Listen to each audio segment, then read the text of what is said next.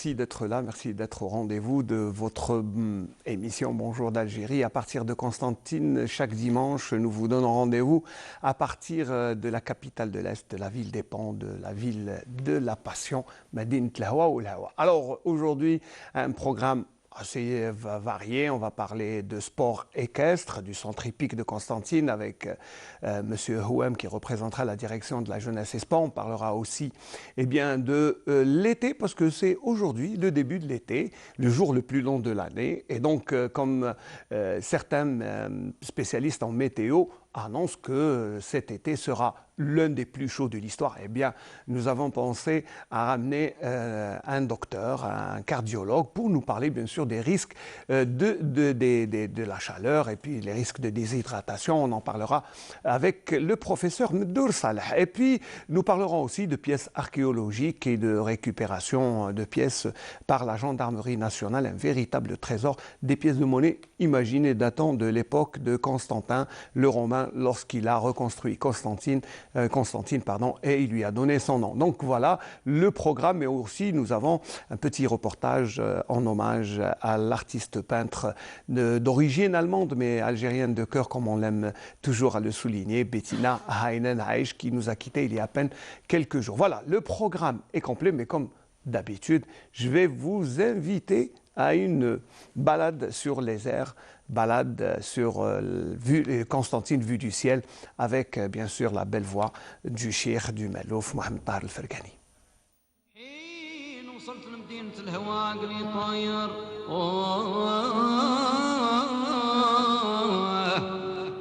قدمت على الموت في رضا نجمة مرادي وانا دخلت انا عقب الظلامي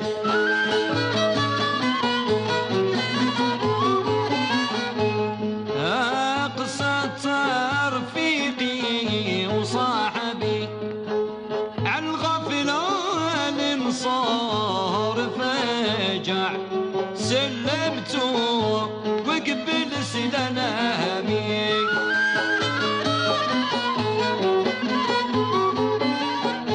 وديك الساعة عانت له الخبر قال أنا لرضاك طايع اختار اللي البلي بدنامي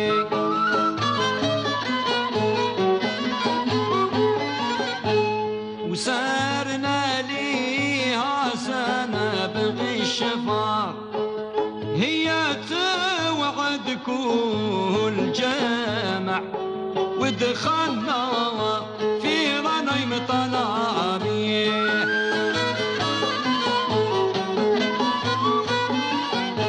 وفي عدة 20 أو كثار خبرتهم غيض المسامع قام الصوت ايش في فرافع الله يا سود الريامي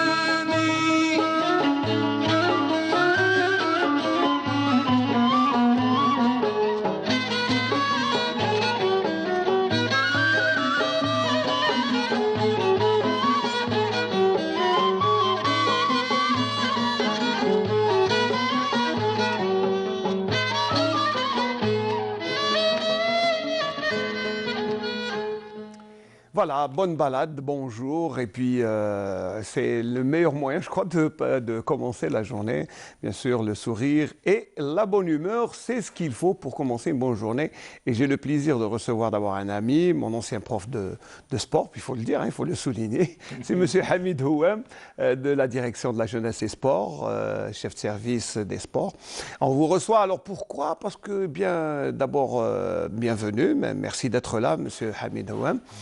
Et nous allons parler du centre hippique, parce que c'est notre sujet aujourd'hui. Centre hippique, connu à Constantine, mais qui a été quelque peu délaissé. Et après, bon, vous avez repris les mains, en main les choses, mais dites-nous, faites-nous d'abord, comment on en est arrivé à cette situation d'abord au centre hippique? Bonjour. Bonjour, merci pour l'invitation. Bon, le centre hippique, comme vous le savez, avant l'année 2017, c'était sous la gestion d'un club. Et c'est un ancien site, comme vous le savez. C'est vrai, il y a un effort fourni par le club pour ramener des actions de réhabilitation au niveau de ce site, mais reste insuffisante parce que c'est un ancien site. Il est appelé à provoquer, ce qu'il faut dire, à établir une série de réhabilitations, des actions de réhabilitation, mais seulement ça demande beaucoup de moyens. Ça a été justifié suite où M. Loueli, à l'époque en 2017, nous a chargé de la gestion de ce site. Donc, parce qu'il avait constaté quand même que le site avait besoin d'être pris en charge sérieusement par des gros moyens. Automatiquement, l'administration du club n'a pas les moyens de... En plus, il faut dire que le club gérait beaucoup plus l'aspect sportif. Beaucoup plus le volet activité. Gardé en quelque sorte, à l'exception de quelques compétitions, il y a des difficultés concernant ce site-là. Plus précisément, le volet architectural. Donc le directeur de l'OPOV, une fois pris en charge ce site... C'est vrai, il faut dire qu'il a été rattaché... administrativement parlant, à l'office du parc olympique de la wilaya de Constantine, où il devait prendre l'état des lieux, établir un constat des lieux. Automatiquement, on n'oublie pas, ce site-là, c'est un ERP, c'est un établissement recevant public. Donc ça va de la sécurité... C'est vrai qu'il n'y a pas que l'abbatier, c'est vrai qu'il y a la sécurité, il y a des chevaux, il y a des pensionnaires, il y a des cavaliers, donc il y a une activité en quelque sorte des gens... C'est quand même assez spécifique, il faut le dire. C'est spécifique. C'est pas n'importe quel site. C'est pas n'importe quel site. Et qui demande beaucoup de vigilance, surtout sur le plan hygiène et accompagnement et suivi des cavaliers, et plutôt des chevaux. Oui. Parce que ça pèse lourd quand même, la prise en charge d'un cheval. Oui, on l'a toujours dit. C'est en respect de la race et de l'animal, donc il lui faut beaucoup de moyens au départ par le lieu d'hébergement. Donc déjà. Les box. Les box, ils étaient dans un état un petit peu vétuste. Oui. Moi, je dis un petit peu. Mais c'est vrai que c'était quand même assez dégradé. À partir du constat. Il faut le dire, c'était une situation qui a amené l'autorité publique à prendre la décision et à agir tout de suite. Là où l'administration du secteur de la jeunesse et des sports a pris attache avec le ministère pour trouver une solution à ce site-là. On ne peut pas le garder comme ça. Surtout pour préserver la sécurité des gens, des utilisateurs, soit le cheval, soit le cavalier. Donc on remercie le ministère quand même, il a envoyé une équipe, une commission sur les lieux, où ils ont constaté que le site il avait besoin d'être pris en charge. Sérieusement, une sérieuse prise en charge, parce que c'est vrai qu'il y a eu plusieurs tentatives de réhabilitation. Mais reste insuffisant. Mais voilà, c'est insuffisant. C'est à partir déjà de la toiture, qui n'est pas aux normes. Donc, on était obligé de faire appel au ministère, qui a fait appel à des spécialistes. En l'occurrence, c'était le CTC qui a pris en charge le dossier de ce site, après constat des lieux. Donc, ils ont émis quand même quelques erreurs. Beaucoup de contraintes. Donc, ils ont exigé la fermeture du site, premièrement. Ah, d'accord. Donc, le site a été fermé pour des raisons techniques. Et voilà, très bien. Il faut le dire, il faut le souligner, parce que beaucoup de gens disent... non, c'est suite à un rapport établi en date de 19 septembre 2019, que là, on a pris les choses au sérieux. On a demandé une enveloppe pour établir des actions de réhabilitation générale du site, parce que ça ne pose pas le problème uniquement dans un coin. C'était tout le site à revoir. C'est tout le site qui est à revoir. Donc, c'est à partir de là où commençait un petit peu l'agitation du club. Parce que le souci majeur, c'était beaucoup plus l'activité. Il nous est impossible d'accepter, parce que nous avons un rapport. Donc, on est obligé de suivre. Qui dit que c'est dangereux, que l'activité est dangereuse, et pour les cavaliers, et pour tous les utilisateurs, à savoir l'animal ou bien le... Très bien. Donc c'est ce qui vous a poussé à fermer les lieux. Oui, on était obligé de fermer. Donc on se contentait uniquement de la nourriture des animaux, en attendant. Et on a établi des contacts avec le club pour trouver une solution pour déménager un petit peu, pour déménager plutôt temporairement les chevaux, à savoir au niveau de Ain Abid. Ain Abid. Sinon, on était obligé de faire appel à la direction de l'agriculture pour prendre en charge ce problème, sérieusement. Ouais, donc, la conjoncture un petit peu difficile parce qu'il y avait la démission de l'ancien bureau du directeur du club et réélection d'un nouveau bureau qui a du mal à démarrer. Voilà. À démarrer parce que déjà, il a exigé l'activité. C'était le souci majeur. C'est normal. Un bureau qui vient prendre en charge le centre hippique, il demande la gestion de l'activité première. Pour survivre et pour assurer l'alimentation des chevaux. Problème qui se pose. Bien que l'administration de l'OPAV elle a promis d'aider ce club tout en faisant un effort pour participer ou contribuer pour l'alimentation des chevaux, en faisant appel aux bénévoles. Oui, il y a eu des mécènes qui ont donné, des gens qui ont donné de la nourriture. Mais seulement... Mais ça ne suffit pas, il faut dire. Ça ne suffit pas. C'est depuis l'incident de la jument que le problème, en quelque sorte, a jailli un petit peu. Il y a eu beaucoup d'interprétations, tout simplement parce que, médicalement, suivant le rapport du vétérinaire, il était présent. La jument, médicalement plutôt, naturellement, elle ne devait pas porter. D'accord. Déjà elle devait pas porter. Âgée. Elle était âgée, elle ne devait pas porter. Donc les conditions de mise bas étaient très difficiles. On n'a pas pu sauver cette jument. C'est ce qui a un peu, on va dire, alerté un peu les amoureux des chevaux, et ils ont écrit, ils ont dit... Mais je comprends. Oui, mais c'est compréhensible. Mais quand on a la moitié de l'information, on peut agir comme on veut. Alors, vous savez, nous avons quand même réalisé un reportage sur le site qui brosse un peu un tableau sur le centre hippique. Voilà, le reportage a été effectué par notre ami Zakaria Touhami et la voix est de Linda Tboul qui a commenté ce sujet. Nous sommes au centre hippique de la ville de Constantine. Ce site a fermé ses portes en raison de réhabilitation de l'ensemble du centre.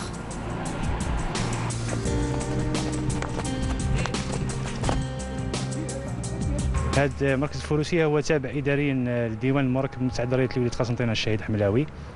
لاتاشمون تاعو التسيير تاعو بدا في جونفي 2017 بامر من السيد الوالي. تم التحويل تاع التسيير تاعو للديوان. صرا اشكال في سبتمبر 2019 هي اسباب تقنيه خلات الاداره نتاع المركب تحبس النشاط على مستوى المركز. كاين اسباب تقنيه خلات تجميد النشاط حتى لاعاده التهيئه. كانت جمعيه تنشط هنايا تبدلوا لي ممبر نتاعها اللي هي الرئيسه ولي ممبر حتى هما كان عندهم على حساب تصريحات كان عندهم نقص في التمويل، ما عندهمش امكانيات باش هما يبرون شارج هاد العواد. À un certain moment, Malgré la crise sanitaire du Covid-19, les employés se relaient 7 jours sur 7 pour s'occuper des chevaux et des poneys. Le côté de l'alimentation, c'est vrai, le moment هذا كان ما كانش الشيء اللي لازمهم ما كانش، c'était pas disponible. الناس اللي راهم هنا كاين حتى اللي ماهيش خدمته خلاص معاون تاع حراسه، ماهيش من المهام تاعو باللي يخدم الحصان هذا، مي كومام تعلموا باقيين يسمى يديروا في الشيء اللي عليهم من باب الانسانيه. الماكله اللي كانت تدخل لهنا من عند ناس كثر خيرهم تسمى اللي كانوا يجيبوا الماكله و سيتي دي دون تسمى اللي وجه ربي سبحانه. من حيث الحاله الصحيه تاعهم كاين تسمى دي زانيمو دي شوفو اللي راهم الحاله تاعهم شويه ضعيفه، لا كوربولونس تاعهم اون جينيرال شويه ضعيفه، وكاين دي شوفو يعني ما شاء الله تسمى كاين هنا دركا كاين مازالوا 16 فيهم دي بولان، فيهم دي سوجي اللي راهم كبار، كاين 3 ولا 4 تلقاهم تشوفهم هكا شويه ضعاف، مي لي زوط كي سو بورت اسي بيان سيرتو لي ديرني طون هادو. Une collaboration est née entre l'association qui gère le centre et la direction de la jeunesse et des sports pour accélérer le processus de réouverture du centre.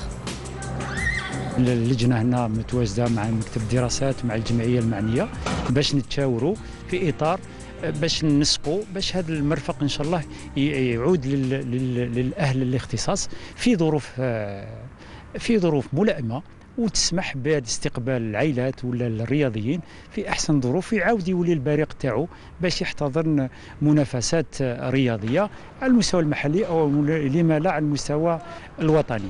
المشكل اللي صرا كان كلش مقفول.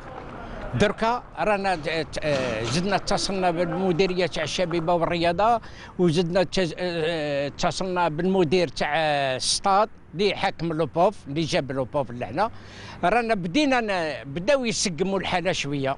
الماكله رانا دخلنا الماكله، قاعدين ندخلوا في الماكله اكسيولمون، او تفاهمنا مع المديريه باللي درك يوليو يحلوا لنا باسكو الماتيريال مقفول، السروجه مقفول، البيرو مقفول، وين راح تخدم؟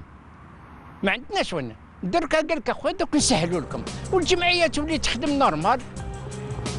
Espérons que les équidés retrouvent leurs cavaliers très prochainement.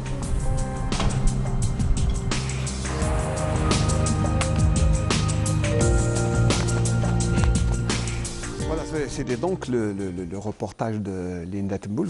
Bon, là, le reportage, il brosse la situation telle qu'elle, comme elle est. Ouais. Voilà, donc il parle de ce qui s'est passé, mais aussi de l'état actuel. Il faut dire qu'on a vu sur les images, c'est pas le centre hippique d'antan, hein, d'il y a 20 ans, où c'était quand même un lieu de rencontre, où il y avait une cafétéria, il y avait des gens qui allaient jouer à la pétanque. Ça a complètement changé. Hein. Ça a complètement changé, c'est par rapport à la vétusté du site. Et c'est par rapport à ça. On voulait relancer l'activité, mais dans la limite de l'activité. Pourquoi? Parce que le centre ne s'y prête pas. Et on ne peut pas l'utiliser à 100%.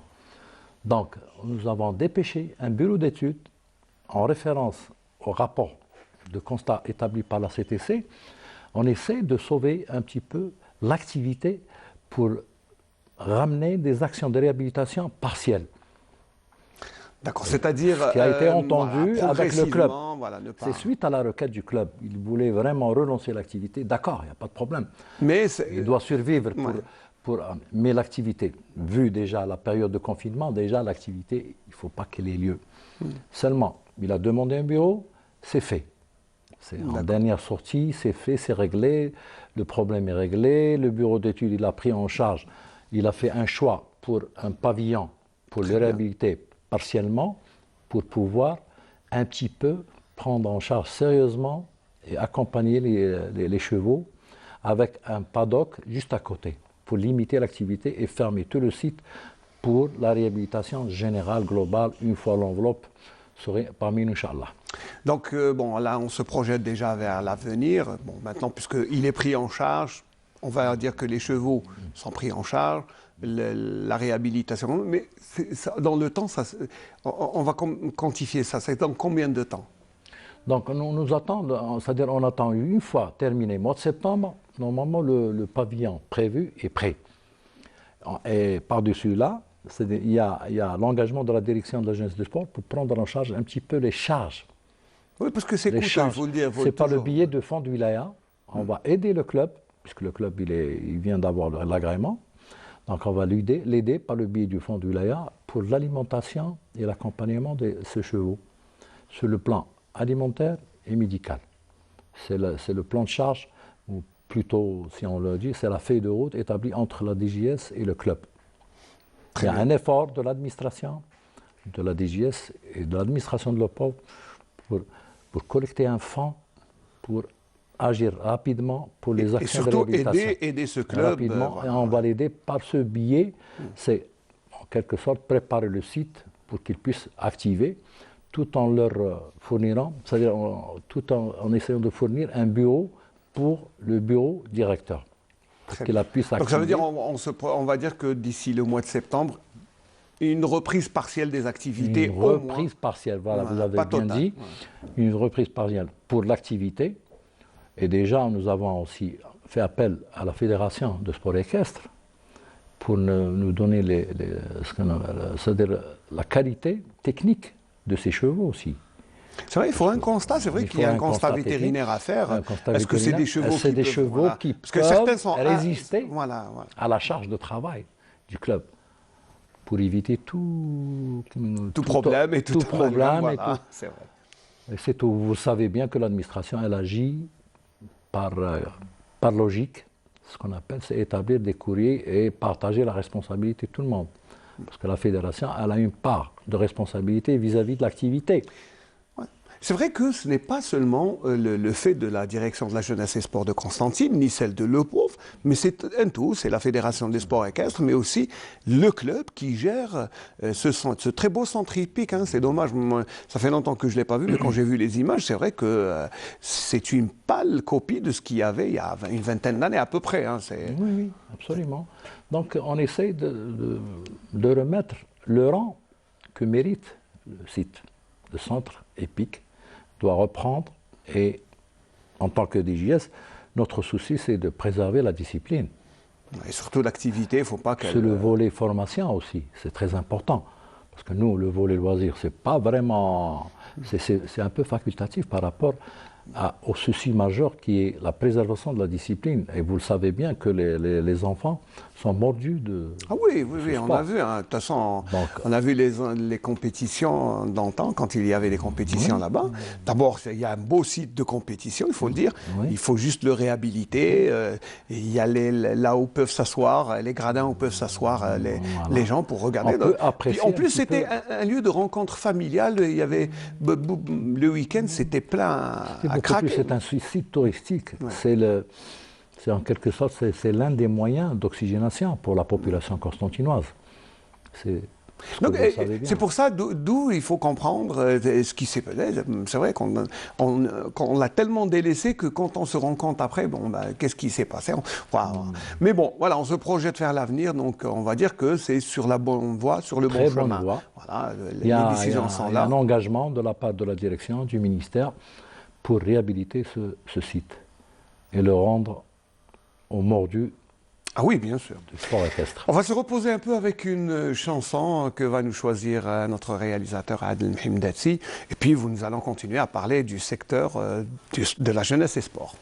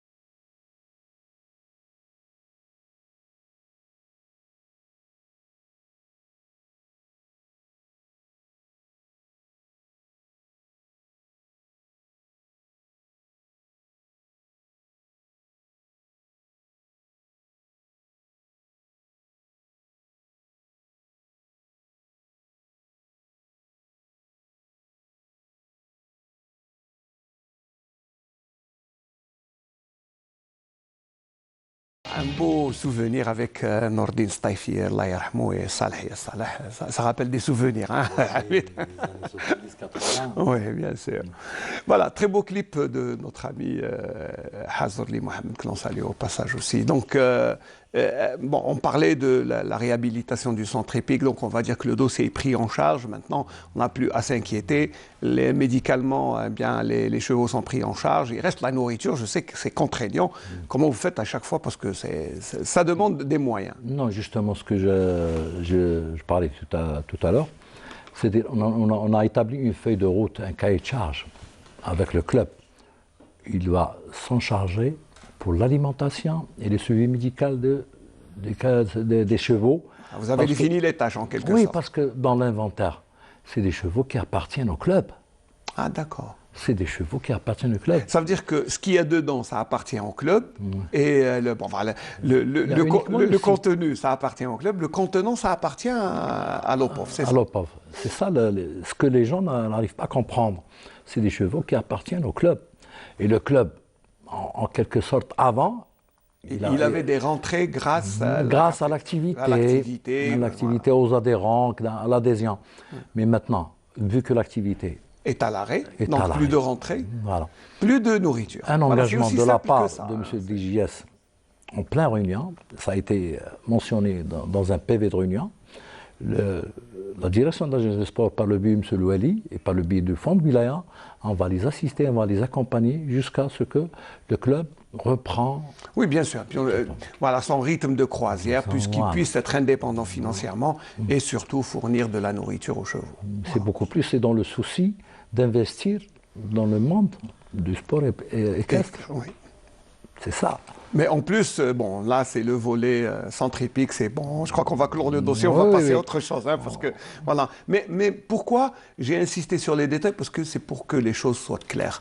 Parce que pour ne pas qu'il y ait de mauvaises interprétations, parce que le centre hippique est un joyau, et c'est pour ça que il a été fermé pour être réhabilité et non pas seulement délaissé.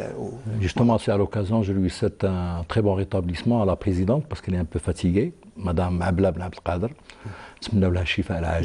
Inch'Allah, pour qu'elle puisse reprendre son activité.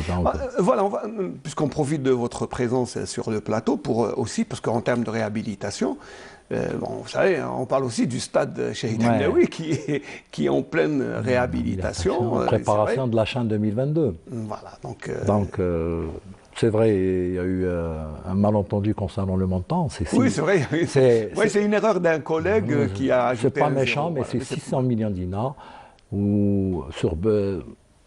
C'est-à-dire, elle est divisée sur plusieurs rubriques, à savoir le terrain annexe. Il y a le terrain annexe, pour la construction d'un terrain annexe à côté, au niveau de la base d'Aïou, qui s'occupait du calibrage de l'oued. Il y a la réhabilitation du terrain central, des gradins. La pelouse, on va dire. La pelouse. Plus précisément, la pelouse qui, il faut le dire, s'est dégradée au fil des années. Depuis 11 ans quand même. 11 ans, 2008. 11 ans, 12 ans. Donc chapeau à monsieur l'ingénieur, un grand homme, à Mirabah.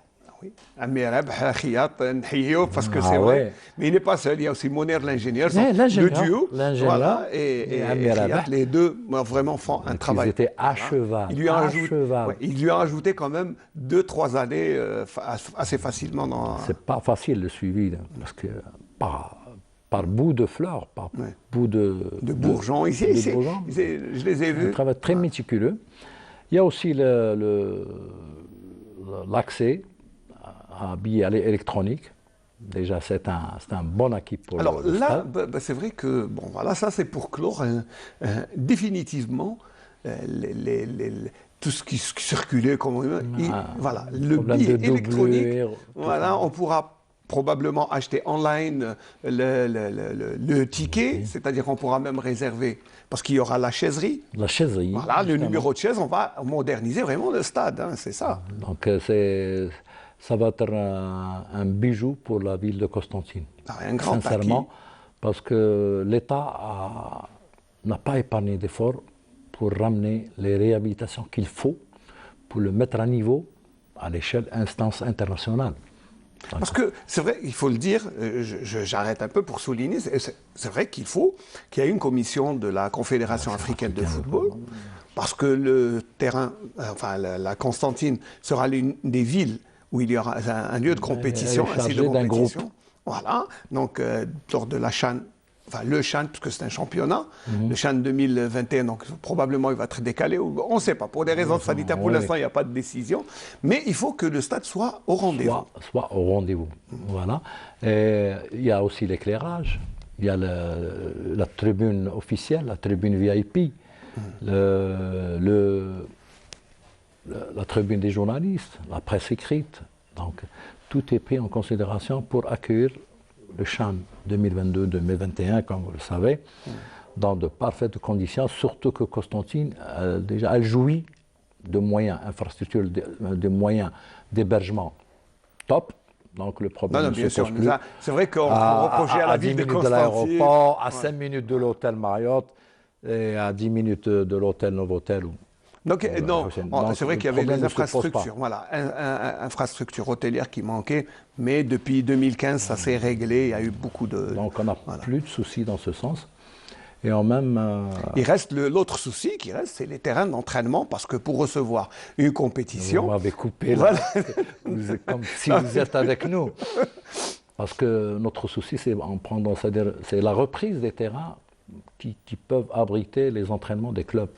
Ça c'est le souci, hein, parce que, bon, c'est bien beau de donner un terrain de compétition, mais il faut les terrains d'entraînement, parce que quand on a 4 équipes... À 5 minutes, nous avons un pôle sportif qui promet beaucoup de choses. Oui, que peu de gens connaissent, c'est le pôle de Hamabouzien. Le pôle sportif, non pas Hamabouzien, le pôle sportif à côté du Oued. Ah, oui, le petit village olympique.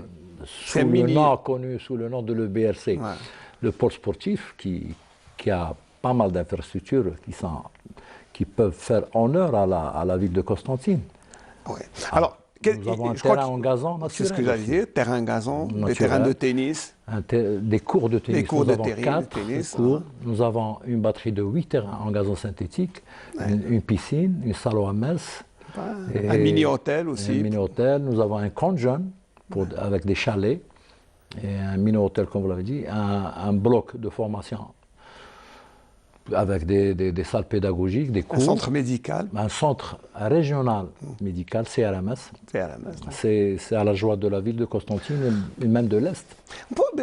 Mais c'est quand même un site, on va dire un petit village olympique qui est juste à côté du stade Cheikh Hamdaoui. Et quand est-ce qu'il sera opérationnel? Normalement, il est opérationnel dès qu'on reçoit la charpente qui reste. Parce que c'est sur commande de la salle OMS, qui est mitoyen à la piscine. La piscine, c'est réglé. C'est bon. C'est réglé. Il reste la toiture, la clôture, c'est en cours. L'alimentation, non, c'est en cours. Tout est prêt. Donc ça veut dire, on va dire qu'au pire des cas, même avec l'épidémie, voilà, c'est la fin de l'année. La fin de l'année, on a un site. Il reste le volet juridique pour la gestion de ce site.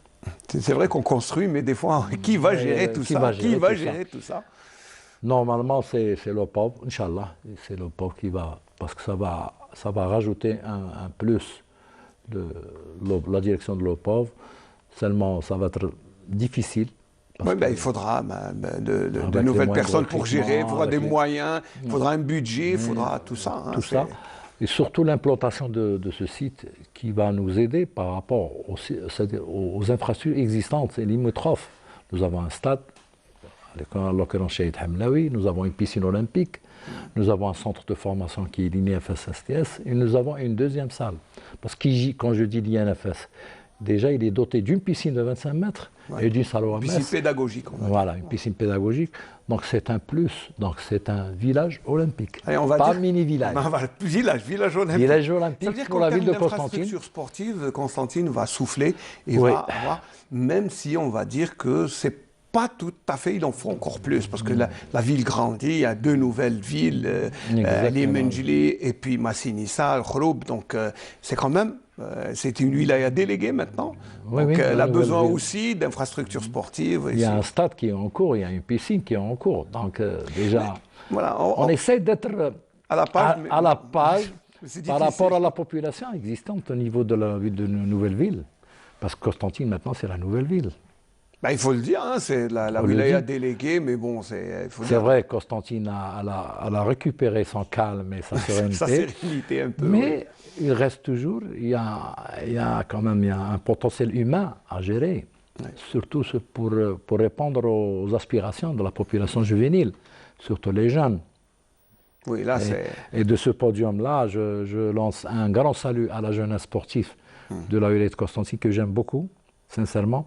Ils étaient toujours à la hauteur, ils étaient à la page. C'est de par les résultats obtenus sur le plan international, national, c'est vrai que surtout nos chers boxeurs et les gars du kickboxing. Nous avons un champion du monde. Voilà. Nous avons un champion du monde en karaté.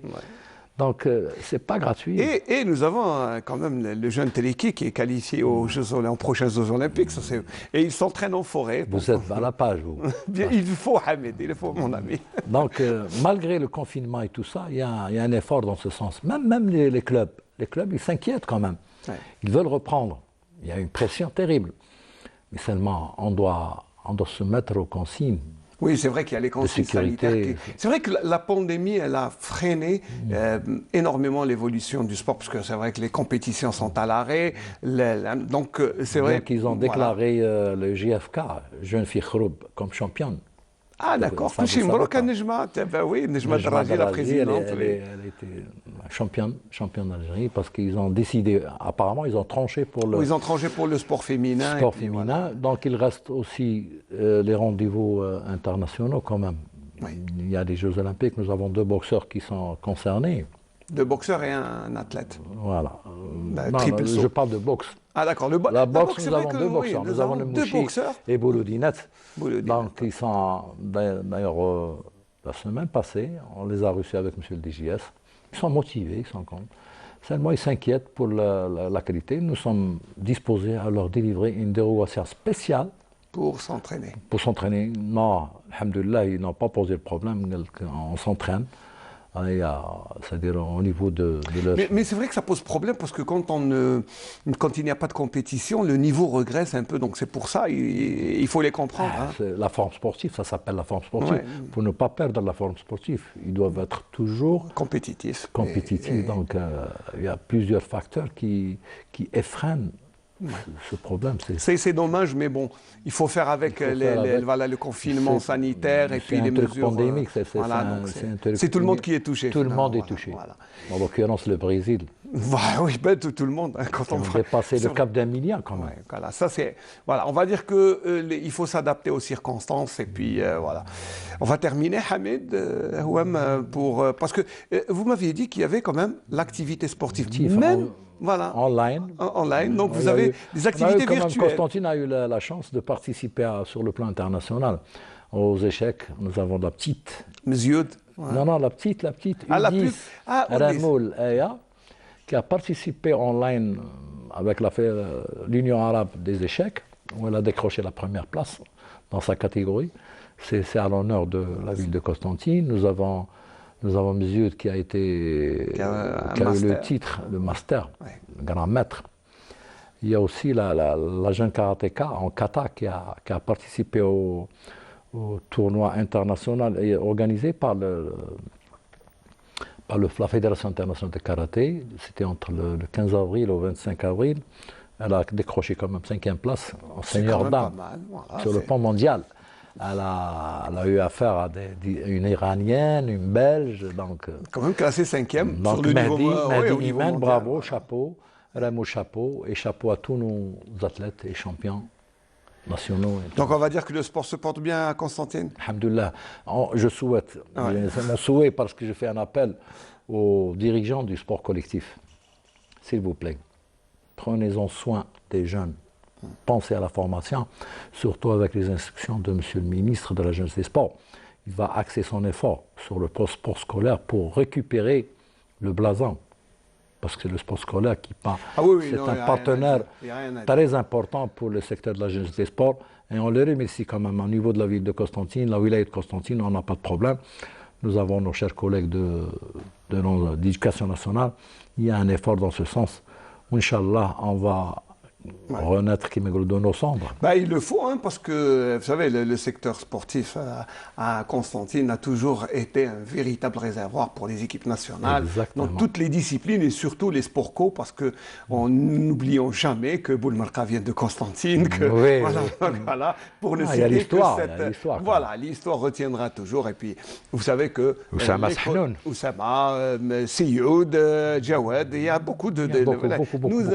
Il faut dire que c'est un réservoir qu'il faut toujours entretenir et c'est pour ça qu'on a une attention particulière pour ce secteur et on est toujours content parce que virtuellement, même si les compétitions sont à l'arrêt, regardez, et bien virtuellement, nos champions font toujours parler d'eux. C'est ça la performance. Hein.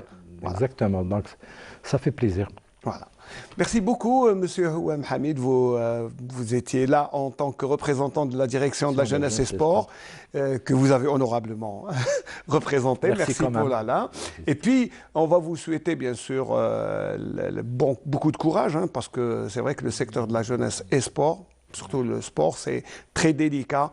Et là, je tiens à saluer mes amis du secteur de la jeunesse parce que même eux, quand ils sont à l'arrêt, ils font des activités virtuelles. Et là, je salue nos amis de la Maison de Jeunes Filali qui font un travail extraordinaire sur le plan communication et activités virtuelles à travers, j'ai vu quelques concours, quelques examens. Et là, il faut saluer nos amis Shamsuddin Nasri qui est, voilà, mais avec lui, Mohamed Zourid, les deux sont en train de faire bon travail et je vous promets qu'un de ces jours, on va les inviter pour nous parler de leur activité virtuelle. Voilà. Merci quand même. Merci Hamid. Et puis, je vais vous offrir une belle chanson. C'est pas du Malouf, c'est du Chabi, mais à constantinois. Alors, ces belles images, toujours sur la ville de Constantine, c'est des images de trône. Parce que c'est alors la chanson écrite par Nordin Derwish et admirablement chantée par notre ami Mohamed Hamdi.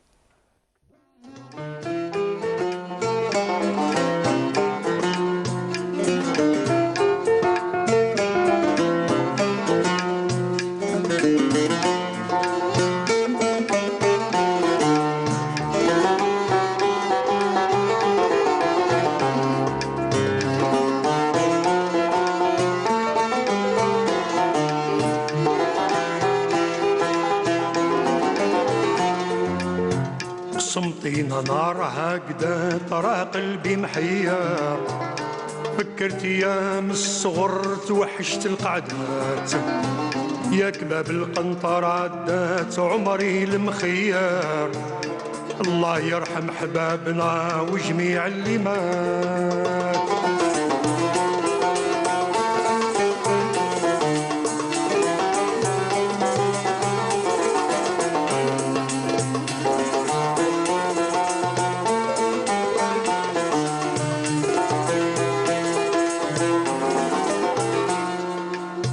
عش النسور كي بدات افريقي اسمار دور سياج بالقصر وجعلو فتحات كير تنسري من نوات كنعان وبربار خلي سيلين تعيد لك سر الحكايات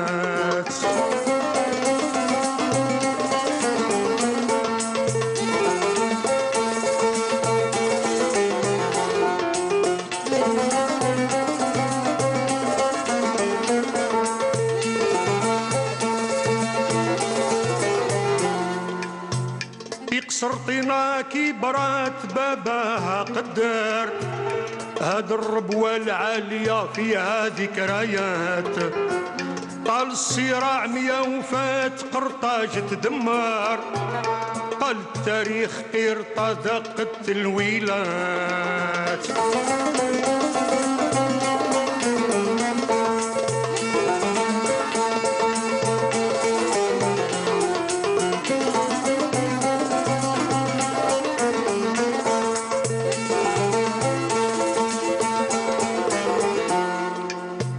جا قسطنطين هاجات ومضات المحضر لبست التاج ناسها ملوك وسادات عادلها مجدها ضوات والاسم تغير بعد الرومان واندا الجو البشوات قسمطينا نارها هكذا ترى قلبي محير تفكرت ايام الصغر توحشت القعدات يا كباب القنطرات دات عمري المخير الله يرحم حبابنا وجميع اللي مات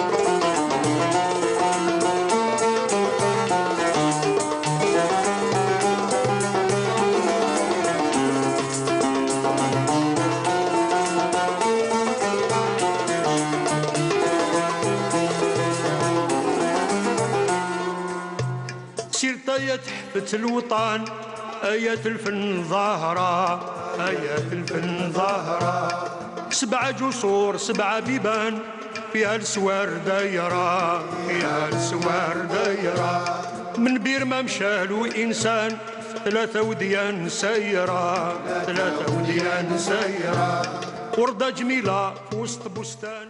Voilà, c'était une petite virée sur Constantine avec de très belles images et puis surtout une belle chanson qui raconte Constantine et son histoire millénaire.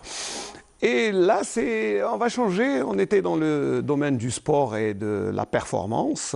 Et puis, on a parlé de chevaux dans la première partie du Bonjour d'Algérie. Là, on va parler un peu du côté, eh bien, d'abord, parce que je rappelle que nous sommes le premier jour de l'été. Aujourd'hui, c'est le jour le plus long. Voilà, c'est le 21 juin. On appelle ça aussi le solstice d'été, c'est ça, puisque c'est le jour le plus long. Donc, et parce que aussi, il y aura probablement des vagues de chaleur. On a annoncé que cette année, eh bien, sera l'un des étés les plus chauds de l'histoire. Bon, ça, c'est les gars de la météo qui disent ça. J'espère qu'on n'aura pas beaucoup de vagues de chaleur. Mais non, on a préféré inviter notre ami cardiologue, le professeur Saleh Meddour, pour nous parler justement de ce qu'il faut faire pour éviter la déshydratation, cette chaleur qui peut nuire. Parce que c'est vrai que quand il y a une vague de chaleur, on craint pour les gens qui sont malades, les malades chroniques. Bonjour d'abord Salah. Bonjour, merci pour l'invitation. Tout l'honneur est pour nous. Donc alors, c'est vrai, quand il y a chaleur, déjà les médecins déjà appellent à la vigilance. Oui. D'abord, en été, il y a un certain nombre de maladies qui apparaissent en été. Oui. Ça peut aller du simple bobo jusqu'à les affections qui engagent le pronostic vital. Le simple bobo, on peut parler des angines de l'été. C'est vrai, ouais. Voilà, parce qu'on a d'habitude, quand on a soif, on prend de l'eau. Voilà. Et il y a ce qu'on appelle ce gradient de chaleur. On passe d'une chambre ou de la voiture hyper climatisée en dehors où il fait extrêmement chaud et ça fragilise la gorge et là le microbe se développe. Donc il peut y avoir cette angine, un simple bobo qui peut se guérir rapidement, elle peut être virale, elle peut être bactérienne. Bon, le médecin, ça se soigne facilement. Se soigne, mais... Donc ça peut aller de la simple angine jusqu'au coup de chaleur et l'insolation. Très bien. Et la déshydratation. Donc en passant par les otites des baigneurs quand on va à la plage ou à la piscine. Même si cette année la baignade est interdite pour l'instant. On espère, on va sortir du confinement bientôt. Inch'Allah. Donc ça peut passer par là jusqu'à la déshydratation. Et là, il faudrait vraiment faire attention, surtout pour les bébés et pour les personnes âgées. Non. Alors les personnes âgées, les bébés ne peuvent pas dire on a soif, ils pleurent mais on ne sait pas. Donc il faut leur donner régulièrement de l'eau. Donc éviter cette déshydratation qui peut être fatale. Et pour les vieilles personnes, les personnes âgées ne connaissent pas la soif. C'est vrai, il y a le sentiment de soif qui disparaît avec l'âge. Alors que la soif, c'est le premier signe de la déshydratation. Donc et puis, il y a d'autres signes qui peuvent aller jusqu'au coma. Donc, c'est pour ça que c'est dangereux, hein, quand on dit qu'il y a une vague de chaleur, quand la température monte, il peut y avoir des comas, il peut y avoir des pertes de connaissance et qui peuvent entraîner des choses pas très bien. Voilà, c'est pour ça qu'il faudrait faire attention. Voilà, donc les affections, en gros, de l'extrême à l'extrême. Voilà. Et puis, entre les deux, il peut y avoir le coup de soleil à la plage. Ça peut aller de la simple... Pas seulement à la plage, hein, parce que quand on se balade, on peut recevoir un coup de soleil, parce que quand on est âgé, on est prédisposé quand même. Voilà, oui, ça peut aller jusqu'à la brûlure du 3e degré. Ça peut aller aussi, ça peut provoquer la déshydratation. Voilà. Donc... Alors, docteur, pour les hypertendus, parce qu'on sait que quand il y a la chaleur, les hypertendus réagissent rapidement à cette montée de la température et peuvent avoir... parce qu'on dit que les hypertendus doivent éviter le soleil, doivent éviter l'effort physique, surtout quand il fait chaud. Bien sûr. D'abord, il y a l'hypertension artérielle toute seule, sans qu'il y ait de complications, sans qu'il y ait d'atteinte rénale, sans qu'il y ait d'atteinte cardiaque. Alors, il faut savoir que la chaleur, elle provoque une vasodilatation et ça peut diminuer les chiffres tensionnels. Donc là, peut-être que l'équilibre tensionnel sera un tout petit peu perturbé par rapport aux médicaments qu'on prend. Donc il faudrait surveiller particulièrement les chiffres tensionnels. Mais là, quand il y a une affection, une complication rénale ou cardiaque de l'hypertension artérielle, là, la chaleur, elle peut décompenser encore. Elle peut décompenser une atteinte cardiaque, elle peut provoquer... Quand on sait que l'hypertension artérielle, c'est un facteur de risque cardiovasculaire, et la chaleur et l'hyperthermie peut provoquer un infarctus du myocarde. Donc, peut provoquer... Donc, c'est pour ça que les sujets cardiaques, les gens qui ont une fragilité, on va dire, ou qui sont malades ou qui sont sous traitement, doivent faire très attention. Très attention, très attention. D'abord, il peut y avoir une affection cardiaque qui se déclenche au moment, à l'occasion de forte chaleur, et surtout quand il y a une atteinte cardiaque préexistante. Donc préexistante, elle peut décompenser facilement. Alors il y a aussi les sujets qui ne savent pas qu'ils sont malades. Oui. Et là, c'est comme pour le corona, vous savez, là, on a tellement reçu de médecins sur le plateau qui vous disent les gens asymptomatiques qui ne présentent aucun symptôme. Et bon, comment reconnaître qu'on est un peu fragile? Parce que, vous savez, on a des fois des dyspnées, qui est-ce que c'est obligatoirement un problème cardiaque ou non? Non. Ça peut, non. Ça peut, mais... Oui, la dyspnée, elle peut être, ça peut être un problème de fatigue, un problème d'anémie. L'anémie peut donner une dyspnée parce qu'il y a peu d'oxygène qui arrive au cœur et au cerveau. Ça peut être une affection pulmonaire, comme ça peut être une affection cardiaque. Très bien, moi je sais juste donc, une question. Là, il suffit de consulter votre médecin de famille ou le médecin généraliste, il vous fera le diagnostic facilement et là, il vous oriente. Mais l'essentiel, c'est d'aller voir son médecin. Pourquoi il y a cette dyspnée et on peut facilement diagnostiquer la cause de cette dyspnée. Elle apparaît beaucoup plus pendant les fortes chaleurs. Les fortes chaleurs, oui. Oui, ça apparaît.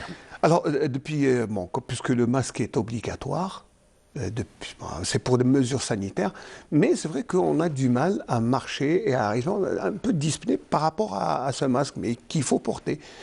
Est-ce que ce n'est pas un signe... voilà, il n'y a pas de lieu de s'inquiéter ou est-ce qu'il faut s'inquiéter? Il n'y a vraiment pas de lieu de s'inquiéter, parce que les masques sont conçus pour ça. Ils sont conçus, le masque, on le met, c'est pour protéger les autres. Oui. D'accord, donc on peut respirer facilement. Et surtout quand il y a un choix à faire entre respirer un peu moins et ne pas transmettre une maladie, je crois que le choix, il est tout fait.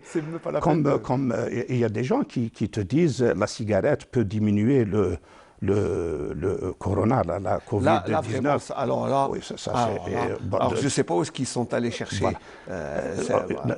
Je pense qu'il y a des gens qui cherchent la facilité, alors qu'il y a des gestes simples pour éviter la Covid-19. Des gestes simples qui ont démontré leur efficacité scientifiquement. C'est simple, il faut porter... Juste se laver les mains, porter le masque et la distanciation, et ça marche. À partir de ce moment-là, on va diminuer. Je crois qu'il y a un concept que les gens doivent comprendre. Quand on parle de facteurs de risque, par exemple, sur les affections cardiovasculaires ou le cancer, là, c'est des facteurs de risque qui concernent l'individu. Je vous demande de prendre le moins de sel possible, le moins de sucre possible, de surveiller vos chiffres tensionnels, de faire de l'exercice physique pour éviter que vous ne soyez malade, que vous n'ayez des affections cardiovasculaires. Mais là, quand on est en situation d'épidémie, ce n'est plus le corps de l'individu, mais c'est toute la société. Donc le concept, c'est que les facteurs de risque, c'est pour éviter que la société ne soit malade. Je porte le masque pour éviter que ma grand-mère, ou mon grand-père, ou mon père, ou mes enfants n'aient la Covid-19. Voilà. Donc ce sont des facteurs de prévention efficaces. il faudrait qu'on le comprenne une bonne fois pour toutes, parce que là, il faut que ce concept, il faut qu'on le digère, il faut qu'on l'assimile. Il faut qu'on vive avec. Oui, parce que c'est d'abord un effort communautaire. Il faut le dire qu'on vit. Tous les médecins disent que c'est un effort altruiste, c'est pour les autres, c'est pas pour nous-mêmes. Donc c'est pour ça, il faut continuer, même si on a un peu de... On se sent un peu étouffé parce qu'il fait chaud, bon, c'est compréhensible, mais il faut garder le masque. Ben, écoute, pour éviter les maladies cardiovasculaires, on fait un peu de sport aussi. On diminue notre consommation de sel. On fait des efforts. On fait des efforts. Là, il faut faire des efforts pour toute la société. Il faudrait qu'on apprenne à être discipliné. Il faudrait qu'on apprenne à penser un tout petit peu à l'autre, à nos parents, à notre entourage. Et sport, ça ne veut pas dire marathon. Hein. Oui. Sport, c'est un peu de marche assez régulière. Enfin, c'est ce que vous dites probablement à vos patients, c'est ça. Oui. Une marche d'une demi-heure par jour suffit largement pour brûler quelques calories et pour maintenir le cœur en forme. Mais il faut marcher, il faut pas. C'est la sédentarité qui est dangereuse. Oui. Voilà. On va vous laisser vous reposer parce que vous avez fait des efforts. Et là, c'est notre manière aussi de rendre hommage à une artiste peintre qui nous a quittés, allemande d'origine, mais algérienne de cœur, parce qu'elle a vécu la majeure partie de sa vie à Guelma, où elle a peint de très beaux tableaux, la nature de Guelma aidant. Très belle région. Bettina Heinen Ayesh nous a quittés il y a quelques jours. On voulait lui rendre hommage avec ce sujet de Linda Tboul.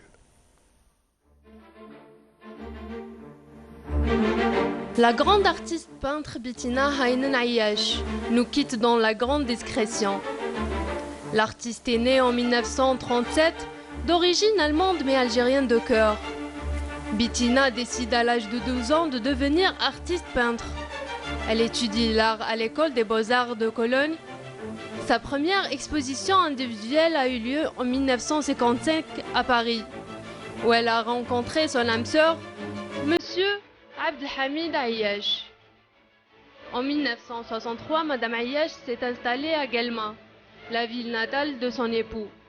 Elle tombe sous le charme de la nature de cette région, qu'elle immortalisera dans ses tableaux pendant le reste de sa carrière artistique.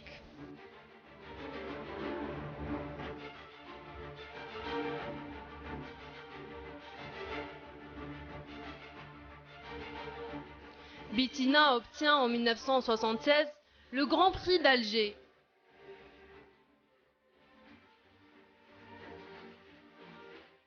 L'artiste a exposé les paysages d'Algérie et des portraits dans une centaine de grandes expositions individuelles et un grand nombre de galeries en Europe et au Maghreb.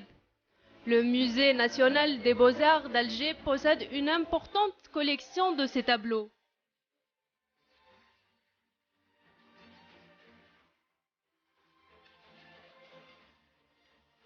Bettina Heinen Ayesh influencera beaucoup de jeunes artistes qui s'inspireront de sa façon de peindre.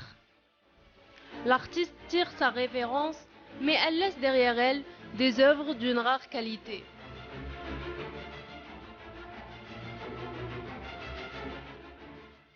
Voilà, c'était le sujet de Linda Tboul sur Bettina. Vous avez des très beaux tableaux. Hein. Oui. Et puis, moi j'ai lu quelque part que pour se déstresser, Winston Churchill, quand il était au creux de la vague, parce qu'il a traversé beaucoup de... et il peignait. Il avait son tableau, son chevalet, et il peignait. Et c'était son moyen de déstresser. Il n'avait ni comprimé, ni rien du tout. C'est bien, oui. Voilà. C'est ce qu'il faut faire. Voilà, c'est pour ça qu'il faut encourager les gens. Alors justement, en matière de stress, parce que là déjà... Quand on est devant le téléviseur, le petit écran, la radio, on lit les journaux, tant de morts, tant de contaminés, ça crée un état de stress extraordinaire. Puis, comment gérer tout ça? Il faut vivre avec. Il faut vivre avec, et puis il faut trouver des dérivatifs, je pense. Oui, bien sûr. Il faut trouver des dérivatifs. Vous savez, l'être humain, il s'adapte à tout. il s'adapte à tout et il trouve des dérivatifs, il trouve faire un tout petit peu d'exercice physique, je ne sais pas, lire, réapprendre à prendre des bouquins et à lire, faire de la peinture, tiens, voilà, ça déstresse pour les gens qui aiment l'art, écouter de la bonne musique. Je pense que l'être humain, oui, il faut trouver ce genre de dérivatifs. Parce qu'il faut le dire à nos amis téléspectateurs que suivre à longueur de journée, les informations, bon, mes amis et mes collègues m'en excuseront, je sais, nous sommes un peu alarmistes, mais c'est pour le bien des gens, on leur dit, c'est pour prendre les mesures, c'est pour respecter les mesures, c'est pour éviter la propagation, mais certaines personnes ont du mal à gérer ce flux d'informations négatives. Mais il le faut. De deux mots, il faut choisir le moindre, comme on dit. Ouais. Alors, c'est pas de la blague, la Covid-19. Ouais. Ça tue, il y a beaucoup de morts. Et il y a beaucoup de confrères, nos confrères qui sont partis. Il y a beaucoup de gens qu'on connaît qui sont partis. Vous n'en connaissez pas un qui ne soit... Et dire qu'il y a des gens qui remettent en cause même l'existence du virus. Voilà, il y a le déni, c'est ce déni qu'il faudrait combattre, ce déni de l'existence de cette Covid-19. Ça existe et c'est dangereux et c'est grave. Nos structures de santé ne doivent pas être dépassées. Parce que même si elles sont dépassées, on ne peut plus soigner un infarctus du myocarde. On ne peut plus opérer quelqu'un qui vient de faire un accident de la route. On ne peut plus opérer une déshydratation, une entérocolite ou c'est l'été, on en parle tout à l'heure, les intoxications alimentaires. Donc, c'est dangereux en été. C'est des urgences usuelles. Donc, si tous nos services de santé sont mobilisés pour on va avoir d'autres décès de l'autre côté. Donc, moi, je pense qu'il vaut mieux être alarmiste et que les gens... Voilà, c'est bien d'être alarmiste, c'est pour réveiller les gens, mais aussi, il faut gérer ça en tant que, je sais pas, en tant que personne, en tant qu'être humain. Il y a des gens hypersensibles qui se morfondent un peu, qui ont peur. Et cette peur les tétanise, ça peut avoir des conséquences et sur le cœur, sur oui, sur le comportement, sur le cœur, le confinement, oui. C'est pour ça que le confinement, à mon sens, le confinement, on ne doit pas prendre en charge ou en considération seulement l'aspect médical. Il faut prendre en considération l'aspect sociologique, l'aspect économique. Tout ça doit être pris en charge. Moi, je suis contre les gens qui disent qu'il faudrait instaurer le confinement total, mais enfin, on ne peut pas instaurer le total. Et l'aspect économique. Et les gens qui vivent dans 2 pièces. Ouais. Vous savez, donc tous ces aspects doivent être pris en considération. Mais c'est avec le concours du citoyen, il faut que... il faudrait qu'on en sorte rapidement. Pour en sortir rapidement, il faut qu'on soit discipliné et qu'on applique les recommandations du comité scientifique, de notre comité scientifique. Il faut mettre les bavettes, on ne le dira jamais assez, et il faut qu'il y ait une distanciation sociale, il faut qu'on soit discipliné en fait. Il faut qu'on apprenne à être une société disciplinée et là, on va s'en sortir le plus rapidement possible pour le bien de tout le monde. Pour le bien, surtout, bien sanitaire, mais aussi économique. Parce qu'on oublie que... Et social. Et oui, social. Parce vous parlez de stress. Oui, il y a des gens qui décompensent. Il y a des gens qui font des affections psychiatriques, psychologiques. Psychologiquement, ils sont atteints. Oui, ça existe. Oui, mais il faudrait... il faut vivre avec. Il faut vivre avec et il faut faire en sorte pour dépasser il y a un siècle, eh bien, nos grands-parents, nos ancêtres, eh bien, ils ont vécu la grippe espagnole pendant 3 ans avec beaucoup moins de moyens. Et beaucoup plus, en 1918, oui, effectivement. Voilà, donc, il faut faire comme eux, être discipliné pour s'en débarrasser, excusez-moi du terme, parce que c'est vrai que ça devient un peu pesant. Voilà. On va suivre vos conseils, on va écouter un peu une musique pour adoucir un peu.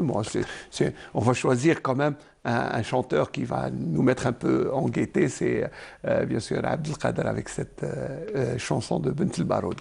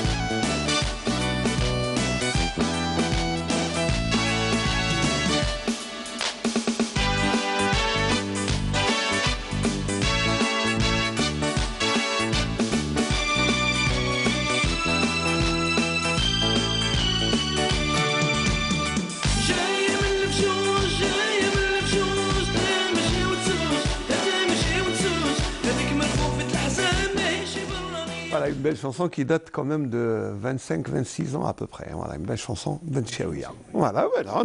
Mais il faut écouter de la musique, docteur, hein, c'est ça. Voilà. Et puis, bon, voilà, nous sommes le premier jour de l'été, il faut le rappeler.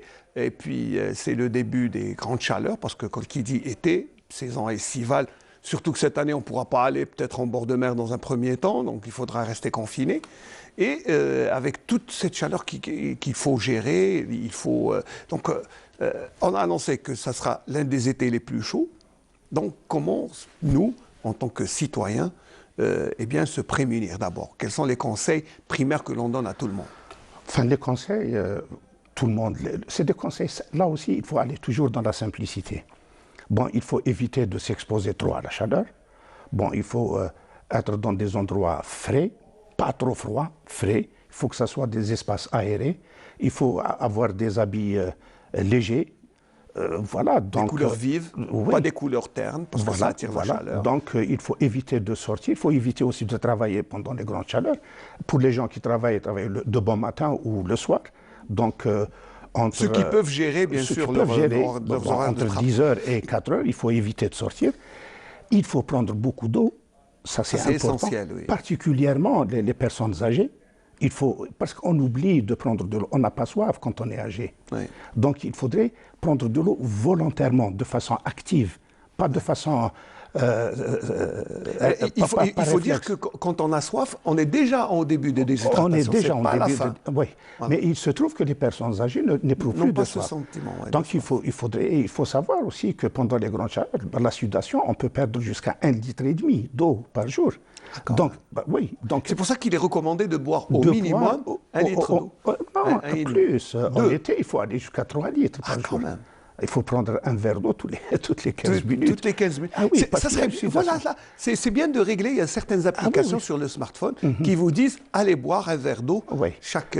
Alors, si la sudation disparaît, ça veut dire que nous sommes en déshydratation pendant les chaleurs. Si là, la sudation disparaît, c'est le début de la déshydratation. Et la déshydratation, elle est dangereuse. Parce que ça peut aller jusqu'à... Bon, il n'y a plus...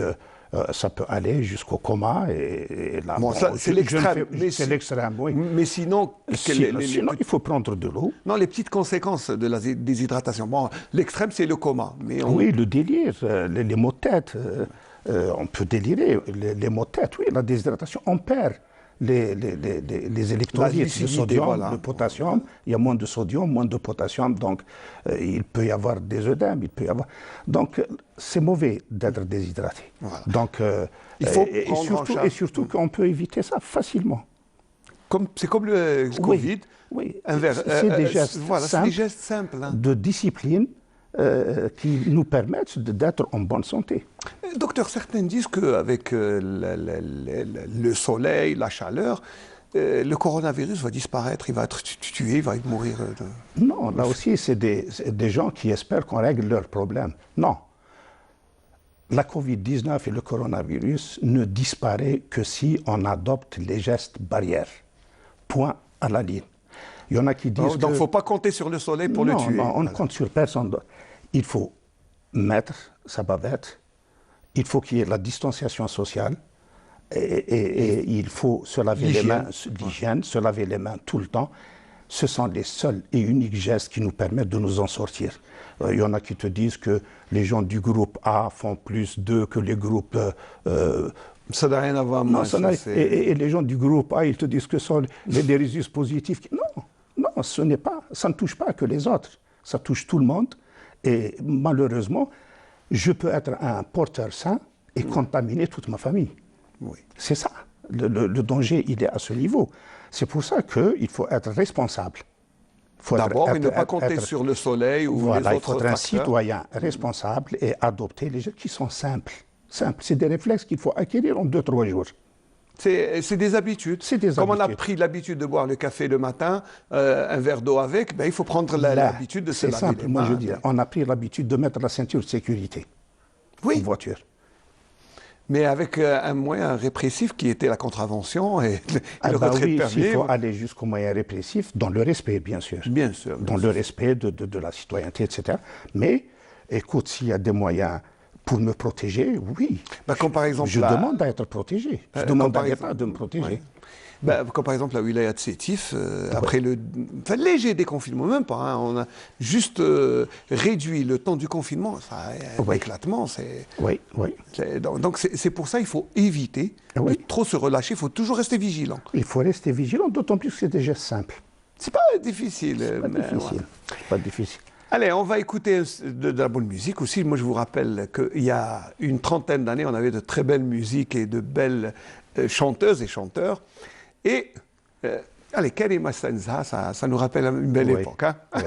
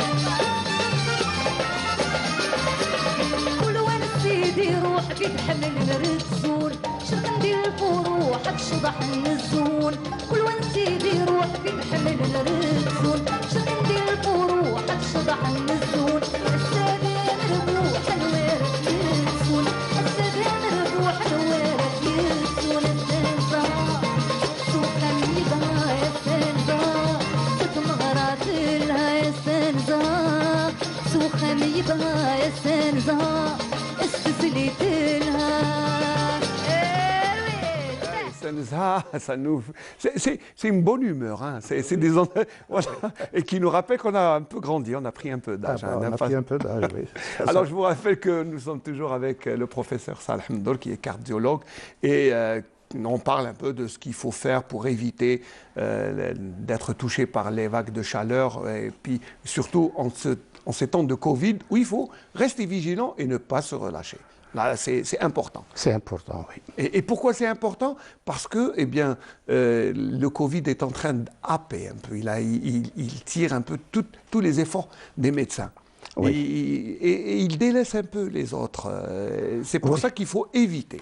Oui, c'est pour ça qu'il faudrait éviter le dépassement sanitaire. Oui. C'est-à-dire si toutes les structures maintenant seront débordées par la Covid-19, la maladie, on ne peut plus s'occuper des autres patients.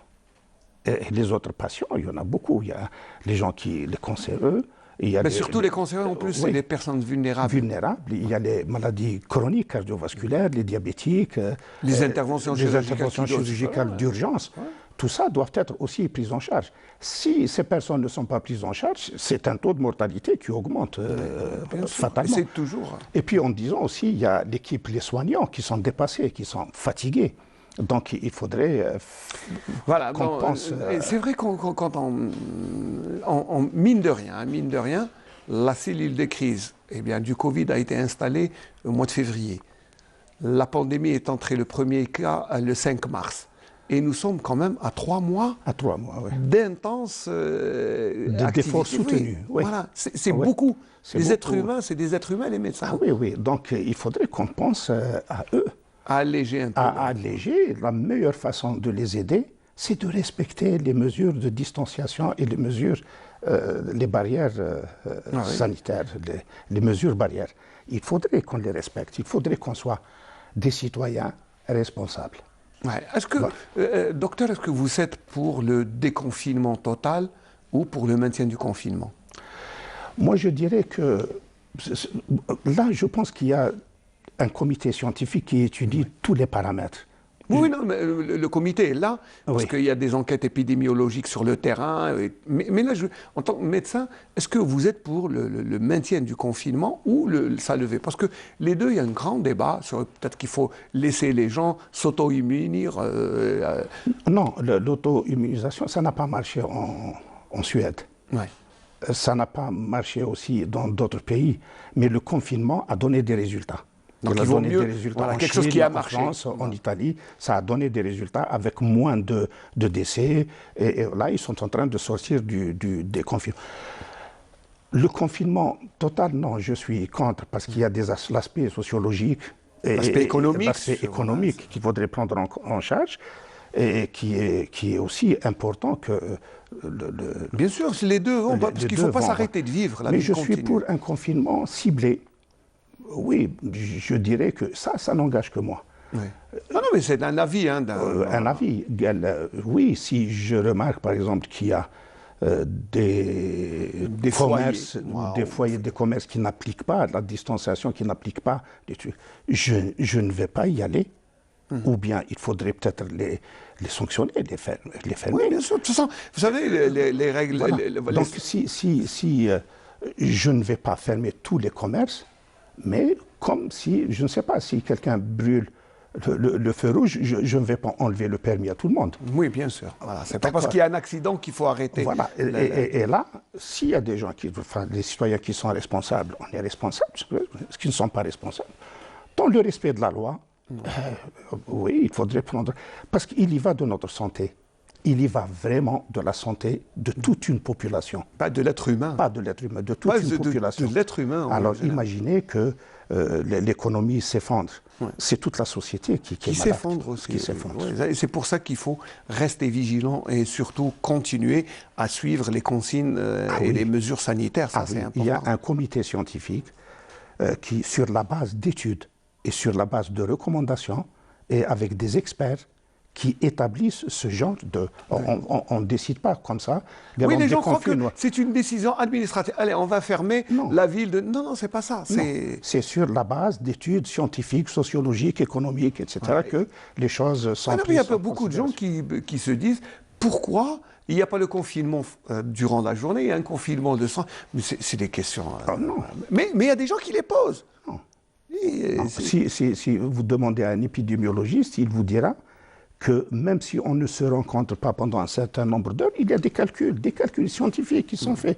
Et ils te disent, voilà, si un individu contamine 3 individus, et puis 9, et puis plus, quand il n'y a pas de... Alors si on... Je sais qu'il y a un indice qui s'appelle l'euro, qui doit être inférieur à 1 pour... Voilà, pour qu'il soit inférieur à... Les gens ne savent pas que... Bon, alors je vais expliquer sommairement, je vais me mettre dans la position. C'est pour expliquer simplement.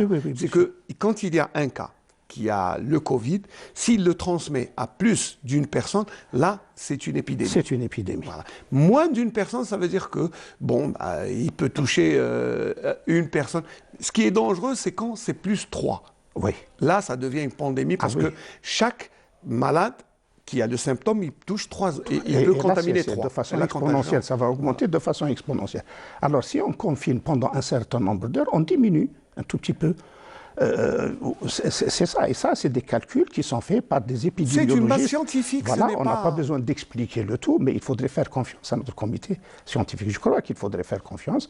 Voilà. En plus, on a la chance d'avoir un excellent comité scientifique. Ce n'est pas du chauvinisme, mais c'est vrai. C'est des experts. C'est des experts qui ont réagi au bon moment, ils ont pris les bonnes décisions. Et c'est pour ça qu'on va dire que le Covid, le coronavirus, chez nous, a été plus ou moins stabilisé. Pas maîtrisé, mais stabilisé. Et là, nous sommes sur un plateau.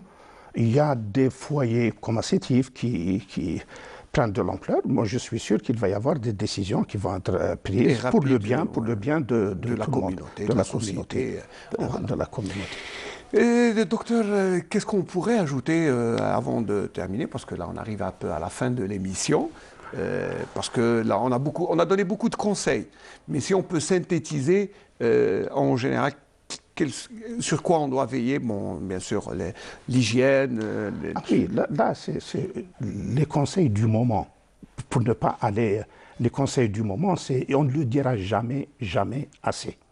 Donc il faudrait qu'on prenne conscience des mesures barrières qu'il faudrait appliquer, qu'il faudrait digérer et qu'il faudrait appliquer. Là, c'est concernant la Covid-19.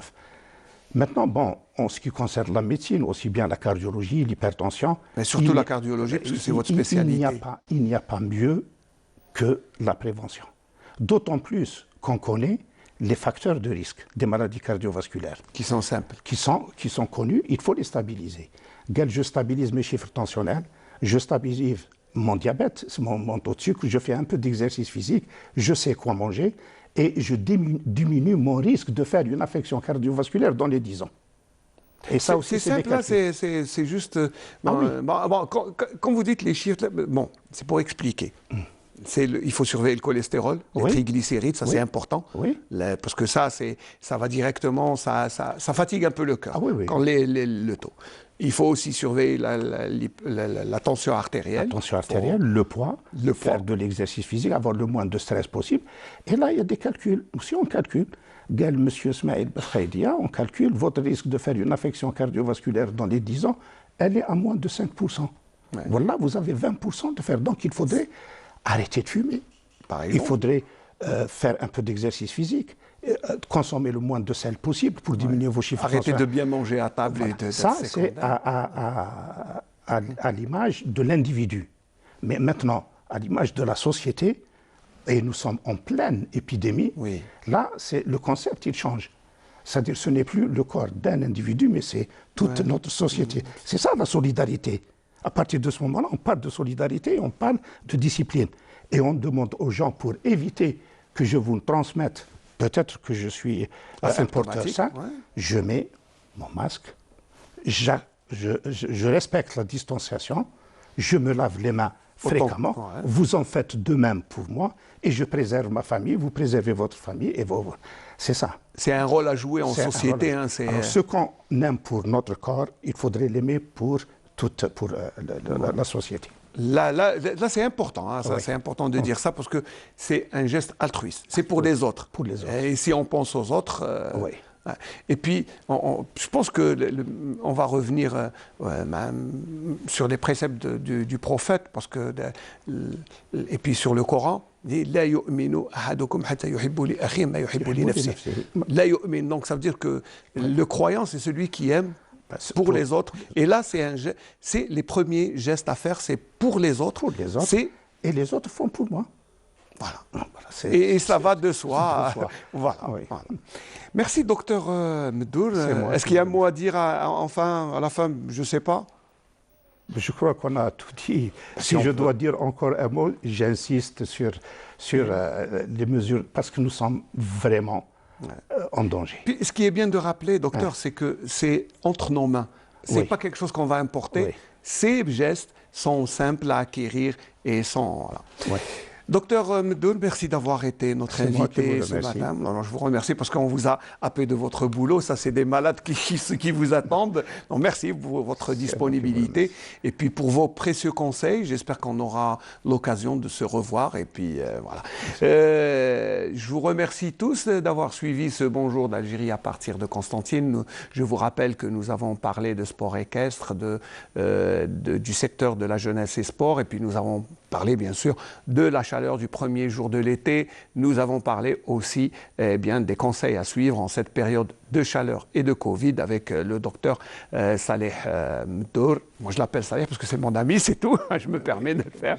Voilà. Et puis, je vais remercier toute l'équipe qui m'a accompagné depuis ce matin.